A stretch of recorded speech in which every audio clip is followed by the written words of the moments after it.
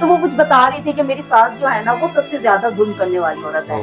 वो कहती कि वो कोई बात कहती कि अगर वो मैं खड़ी हूँ, वो मेरे पास से गुजर रही है, वो ऐसी औरत है, वो मुझे अपनी कोनी मार के चली जाती है। हर बार वो मुझे कॉल करता है और मुझे समझ नहीं आती कि मेरी शादी रफीक से हुई है या उसके भाई से हुई है। तो हमें नहीं पता था कि वो लोग इस तरह के निकलेंगे कि वो उसे इस तरह से वाकई में काट कर डाल देंगे।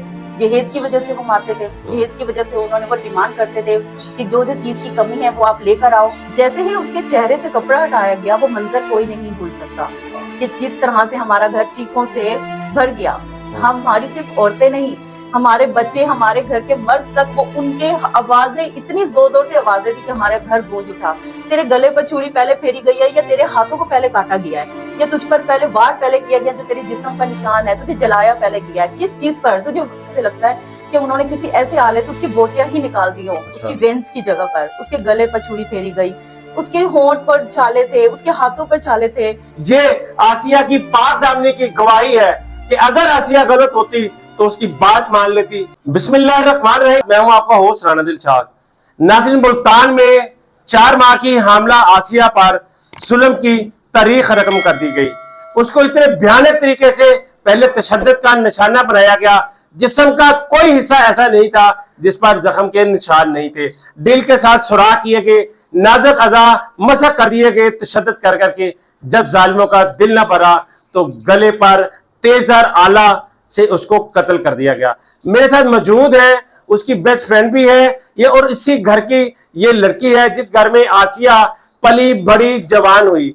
इनसे जानते हैं आसिया कैसी थी, शादी कब हुई और ये लड़ाई झगड़ा वाला मामला कब हुआ। अस्सलाम वालेकुम बाजी। वालेकुम सलाम। बाजी, आसिया चूंकि आपके साथ ही उसने बचपन और अपनी जवानी के दिन गुजारे, आसिया कैसी लड़की थी, करैक्टर कैसा था उसका? वो पूरे खानदान की लाडली, पूरे एक एक घर की लाडली, एक एक बंदे की लाडली वो थी। और इतनी चुलबुली, इतनी हंसमुख रहने वाली, हमारे पूरे खानदान में वो जान डालने वाली लड़की थी। और शादी के बाद तो वो बिल्कुल बुझ सी गई थी। आखिरी दिनों में वो मेरे साथ थी, हमारे घर रहने आई। अच्छा। मैं उससे पूछ रही हूँ कि आसिया तूने क्या खाना है? वो कहती कि मेरा दिल नहीं करता खाने का। पता नहीं, वो शायद इतने दिनों से भूखा रह रहकर उसे आदत सी हो गई थी, उसकी टाइमिंग नहीं थी खाने की, या शायद उसे जब मिलता तब वो खा लेती। तो जो मिलता वो उसने कभी एतराज, वो ऐसी नहीं थी, वो जीदार लड़की थी। वो हमेशा अपनी मनपसंद चीज खाना, जिद करना, लाड करना। लेकिन आपको क्या पता कि जो उसके अंदर जख्म थे, जो उसका दिल रंजीदा था, जख्मी था, वो रस रसी उसका शायद पेट भर चुका हुआ था। शायद ऐसे ही था वो। रात को वो सो रही है तो मैं उससे पूछ रही हूँ कि आसिया तू कैसी है? हम उसे प्यार से आशी बुलाते हैं। मैंने उससे पूछा आशी तू कैसी है, तू ठीक है ना? तो वो बस यही कहती कि हाँ बस ठीक हूँ। वो मुस्कुराती तो थी, लेकिन बाद में वो फिर रोने भी लग जाती थी। रात को वो सोई है, सुबह उठ के मुझे कहती है कि रजिया बाजी, मैंने रात को अपनी अम्मी को ख्वाब में देखा। मैंने देखा, वो मुझे कहती है आशी आ जा। जब उसने ये बात की मेरा दिल थोड़ा सा दहल गया, वो ऐसी बातें क्यों कर रही है। सुबह को नाश्ता बनाया हमने, वो हमारे साथ बैठी, नाश्ता किया उसने, और वो कहती कि आज मैंने पेट भरकर खाया। हमें नहीं पता था कि वो कितने दिनों से भूखी है, कुछ भी हमें किसी चीज का ही नहीं पता था कि शायद उसकी टाइमिंग क्या है। वो इतनी सुबह सुबह उठकर उसने खाना, अपनी जिद से खाना, अपने लाडों से हमसे मनवाना, सब कुछ करना। वो बिल्कुल से बुझ सी गई थी। रात को वो जब हमारे पास बैठी तो हम उससे पूछ रहे हैं कि तू कैसी है, तेरे घर वाले कैसे हैं? तो वो कुछ बता रही थी कि मेरी सास जो है ना वो सबसे ज्यादा जुल्म करने वाली औरत है। वो कहती कि वो कोई बात कहती कि अगर वो मैं खड़ी हूँ, वो मेरे पास से गुजर रही है, वो ऐसी औरत है, वो मुझे अपनी कोनी मार के चली जाती। अच्छा। वो मतलब मैं उसे कह रही कि आसिया ये तो बहुत बदतमीजी है। वो ऐसी बदतमीजी, हम ऐसे लोग नहीं है, हम इस चीज को तो हम बदतमीजी मानते हैं। वो कहती कि वो ऐसी है, कहती अगर मैं सो रही हूँ तो मेरी ननद आती, वो तकिया खींच कर एक तरफ रख देती। अच्छा। वो कहती कि तू हर वक्त सोई रहती है, तू काम नहीं करती, हर वक्त जहेज के ताने देना। पंखा वो जो उनके घर का था वो चलाकर सोती थी, तो उसकी सास ने वो पंखा बंद करवा दिया। कहती कि अपने मायके वालों से कहो पंखा लेकर दे। मशीन पर कपड़े नहीं धोने तुमने, उनकी मशीन बंद करो, अपने मायके वालों से कहो मशीन लेकर दे। वो घर में ना तो मोबाइल, ना कोई टेलीविजन, कुछ भी नहीं था। आज के दौर में एक लड़की का दिल कैसे लगता है घर में, ये सब जानते हैं। ये नहीं बात कि वो टेलीविजन ये जहेज नहीं लेकर गई तो उसको ऐसी सजा दी जाती, वो घर के किसी भी चीज को हाथ लगाती, उसे छीन ले जाती। उसे घर के बर्तन तक को हाथ नहीं लगाने दिए जाते थे। उसे किचन में खाना पकाने के लिए वो जो सिंक है वहां बर्तन ही नहीं धोने दिए जाते थे। उसकी सास फौरन उसे वहीं से हटा देती और इतने बुरे तरीके से झड़कती थी कि वो कुछ भी बयान नहीं कर। वो जब एक एक बात, थोड़ी थोड़ी बात उसने अपनी हर एक दोस्त को बताई है। हमने उस सब बातों का एक कहते हैं कि एक ग्रुप इकट्ठा करके आज हम बैठ के सोचते हैं कि वो तो हमें हर एक चीज बताती रही है। हमें तो पता ही नहीं था कि उसके साथ इतना, बिल्कुल हम समझते थे कि शायद आसिया ऐसी, क्योंकि वो जब बात करती थी उसके बाद हंस देती थी। तो वो शायद ये कोशिश करती कि मेरे घर वाले परेशान ना हो हमारे अपने लिए। जख्म छुपाने की कोशिश करती थी, वो ऐसी बिल्कुल अपने नहीं बाप थी। को, बहनों को, आपको गमजदा नहीं करना चाह रही थी। वो ऐसी नहीं थी, वो बहुत मोहब्बत करने वाली बच्ची थी।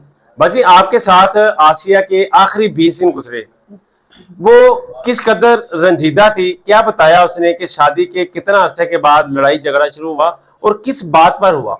हम रात में बैठे थे, रात में थोड़ा सा ऐसे गॉसिप करने के लिए, मेरे भाई भी बैठे थे और मेरी भाभी भी, हम सब बैठी थी। तो हम उससे पूछ रहे थे कि आसिया कैसी गुजर रही है। तो वो बताती, फिर वो उसने कहा कि मैंने नहीं बताना, सब समझते हैं मैं झूठ बोलती हूँ। मैंने कहा नहीं, तू बता, तुझे पता तो है, मैं सुनूंगी तेरी बात। तो वो कहती कि जब भी मैं यहाँ आऊँ, मेरा देवर मुझे फोन कर करके कहता है कि तू क्यों गई है, तूने मेरी इजाजत के बगैर क्यों गई है। हर 2 मिनट पर उसके देवर की कॉल आ जाती है। अच्छा। घर के नंबर पर, अच्छा। उनके जो घर में बाप का नंबर है उसी नंबर पर। तो वो हमारे घर आ गई। यहाँ तो जाहिर है उसके पास किसी का नंबर नहीं था, तो वो कॉल नहीं कर सकता था। वो कहती कि हर बार वो मुझे कॉल करता है और मुझे समझ नहीं आती कि मेरी शादी रफीक से हुई है या उसके भाई से हुई है। वो ऑर्डर्स देता था। बाजी, ऐसा भी कहा जा रहा है कि जो आसिया का देवर था, उसकी आसिया पर गंदी नजर थी, उसको गलत हरकत के लिए कहता था, जो असल में उन दोनों के दरमियान लड़ाई की वजह बनी। में भी शायद यही वजह हो, क्योंकि हमें उसके देवर को देखकर हमें कभी भी पॉजिटिव वाइब्स नहीं आई। कभी भी हमें ऐसा फील नहीं हुआ। उसको जो शोर था वो एक चुपचा, हम ये नहीं कहते कि वो भाई बहुत अच्छा था। जब पहले दिन ही मैंने उसे देखा, नेक्स्ट डे मैंने उसे कहा आसिया अपने शोर को हमारे घर नहीं लेकर आना, वो जाहिर सा बंदा है। अच्छा। मैंने कहा ऐसे इंसान की हमारे घर में जगह नहीं। तो वो हम उससे पूछ रहे थे, मैंने कहा, कहती कि बाजी ये मारने से नहीं रुकते, इन्होंने अपनी बड़ी भाभी को इनके भाई ने मारा और इतना मारा था कि उसके हाथ तोड़ दिए थे। अच्छा। और वो काफी अरसा अपने ससुराल में रही, फिर उनके भाई का एक्सीडेंट हो गया, तो फिर किसी ने उसकी नहीं की। ज़रा खिदमत करना सबसे मुश्किल काम होता है। नहीं, माँ करेगी या माँ के बाद बीवी और वो करती है। दोनों करती नहीं थी। तो इसलिए वो बीवी आई, बीवी ने खिदमत की तो उसकी शोर की आंखें खुली। कहते फिर इसलिए उसने अलग कर दिया। तो मेरे भाई जो बैठे थे वो कहते कि हम हाथ तोड़ देंगे, किसी ने हमारी बहन बेटी को हाथ लगाया तो। हमारे खानदान में बेटियां बेशक है, लेकिन कभी भी कोई किसी को उफ तक नहीं कहता।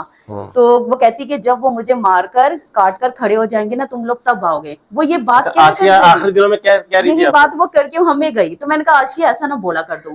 मैंने कहा जो भी है अल्लाह ताला खैर रखेगा। हम जैसे हम बड़े हैं, हम उसे समझा सकते थे, हम उसे मजीद ये नहीं कह सकते थे कि हाँ ऐसा होगा तो हम ऐसा करेंगे, नहीं।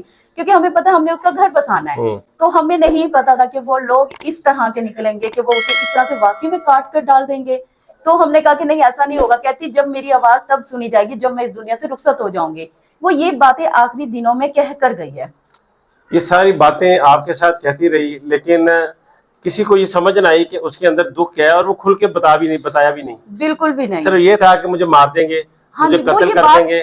वो हिंट्स देती रही थी कि छोटे छोटे से हिंट्स वो हर एक के साथ बात करते हुए देती रहती। हम सब जा रहे, हमारे माइंड में ऐसी बात कभी आई ही नहीं कि हमारी बच्ची के साथ ऐसा कुछ हो सकता है। बाजी, वजह तनाजा क्या था लड़ाई की? इतनी नफरत की वजह क्या थी आसिया वो से? बहुत दिल से लेकर गई। अब एक जो बात वो मुझे बता रही, कहती कि मेरी ननद कहती है, बड़ी ननद के हम तुम्हें लेना ही नहीं चाहते थे, तुम्हें तो हमें जबरदस्ती दिया गया है, इसलिए हम बारात भी लेट लेकर आए हैं। हमें नहीं मालूम बारात, क्योंकि ज़ाहिर है हमारे यहाँ बारात वैसे भी लेट आती है, उनके यहाँ जल्दी आती होगी। तो उनके यहाँ तो जिस तरह से वो लेकर आए तो उनके यहाँ ये शायद लेट ही हो। हमें इस चीज को महसूस ही नहीं किया, हमने इन चीजों को। बाजी, मेरा आप अभी तक जवाब देने से कासर है। मैंने पूछा है कि इतनी नफरत की वजह क्या थी, शोहर के साथ लड़ाई क्या थी? जहेज, जो आज के दिन में हर एक बेटी पर इसी चीज की वजह से जुल्म हो रहा है। जहेज की वजह से वो मारते थे, जहेज की वजह से उन्होंने वो डिमांड करते थे कि जो जो चीज की कमी है वो आप लेकर आओ। वो हर एक दिन में वो यही बात उससे कहा जाती थी। किस चीज की कमी थी, क्या डिमांड करते थे? माँ बाप के पास जितना था वो तो दे चुके थे, लेकिन उनमें से जो चीजें शायद वो एक ससुराल वालों को चाहिए होती है, बेटी नहीं, वो जहेज में अपना घर भरना चाहते हैं। जैसे मोटरसाइकिल हो गई, फ्रिज, एसी, कूलर, जो भी चीजें थी, जो ये हैवी चीजें, जाहिर है माँ बाप इतना अफोर्ड नहीं कर सकते जिनके घर में बेटियां बैठी भी हों। तो वो इन चीजों की डिमांड करते थे और उसका देवर जो हर वक्त उस पर ऑर्डर रखता था, हर वक्त उसकी वजह से ही आसिया इस दुनिया से गई है। अगर आसिया उसकी बात मानती, उसके वो कहे हुए रास्तों पर चलती, तो शायद वो आज इस दुनिया में होती, या शायद अगर उसकी मौत लिखी भी थी तो इतनी तड़प वो ना देते अगर आसिया उनकी बात मानती। ये वो नफरत थी जो उसके देवर की डिमांड ना पूरी की गई, तो उसने उस नफरत का इजहार किया जो उस पर इतना तशद्दुद किया कत्ल से पहले। ऐसे ही है? बिल्कुल ऐसी है। जब अजी आप लोगों ने उसको गुस्ल दिया, आपके पास डेड बॉडी आती है आसिया की, तो उसकी कंडीशन कैसी होती है? वो जैसे ही उसके चेहरे से कपड़ा हटाया गया, वो मंजर कोई नहीं भूल सकता कि जिस तरह से हमारा घर चीखों से भर गया। हमारी सिर्फ औरतें नहीं, हमारे बच्चे, हमारे घर के मर्द तक, वो उनके आवाजें, इतनी जोर जोर से आवाजें थी कि हमारा घर गूंज उठा। हमारी इतनी फूल जैसी बच्ची, इतनी खूबसूरत सी बच्ची, उसका चेहरा देखने लायक ही नहीं था। उसके चेहरा, उसका जिस्म, जब गुसल दिया जा रहा है उसके जिस्म पर इतने निशानात, तो हम सोच रहे थे कि आसिया तू किस दर्द से, किस जख्म पर तू ज्यादा तड़पी होगी।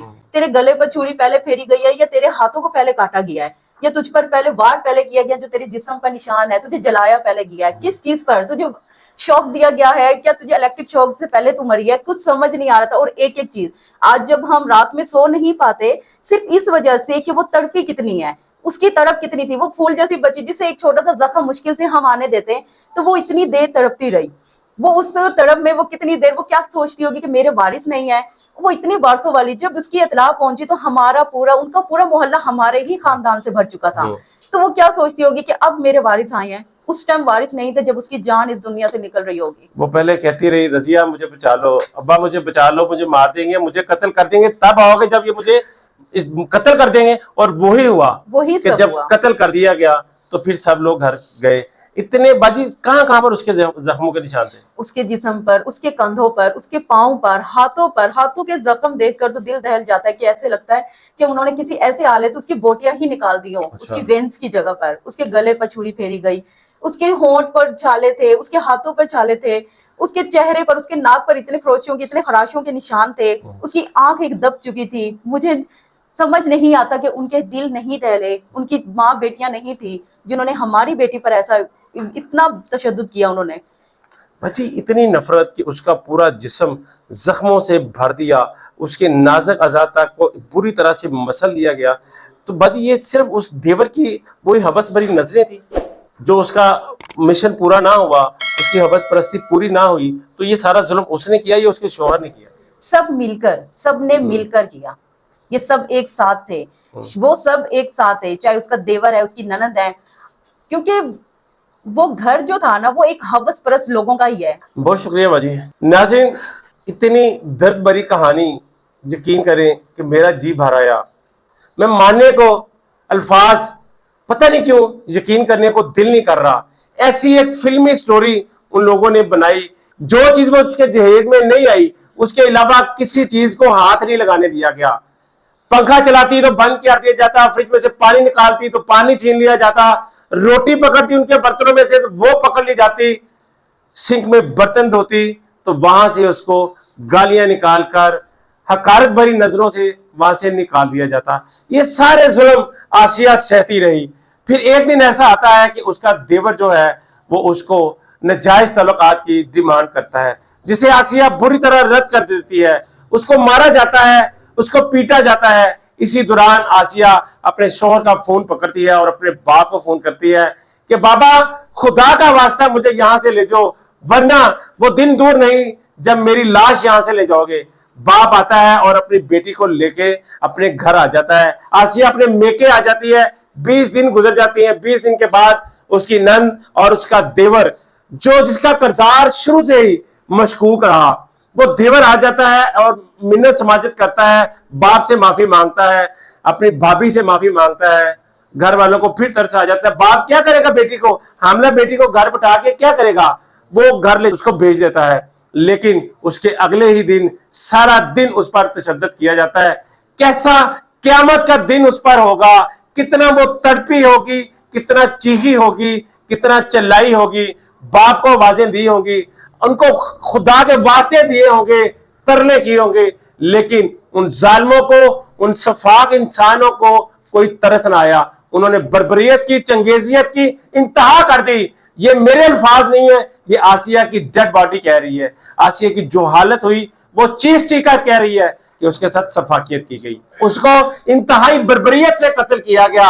ये कत्ल सिर्फ आम सी बात नहीं थी, इसके पीछे उसकी हवस भरी निगाहें थी जो उसकी पूरी ना हुई। ये आसिया की पाक दामनी की गवाही है कि अगर आसिया गलत होती तो उसकी बात मान लेती, तो आज यहां पर मैं नहीं, यहां पर आसिया इनके साथ बैठी होती।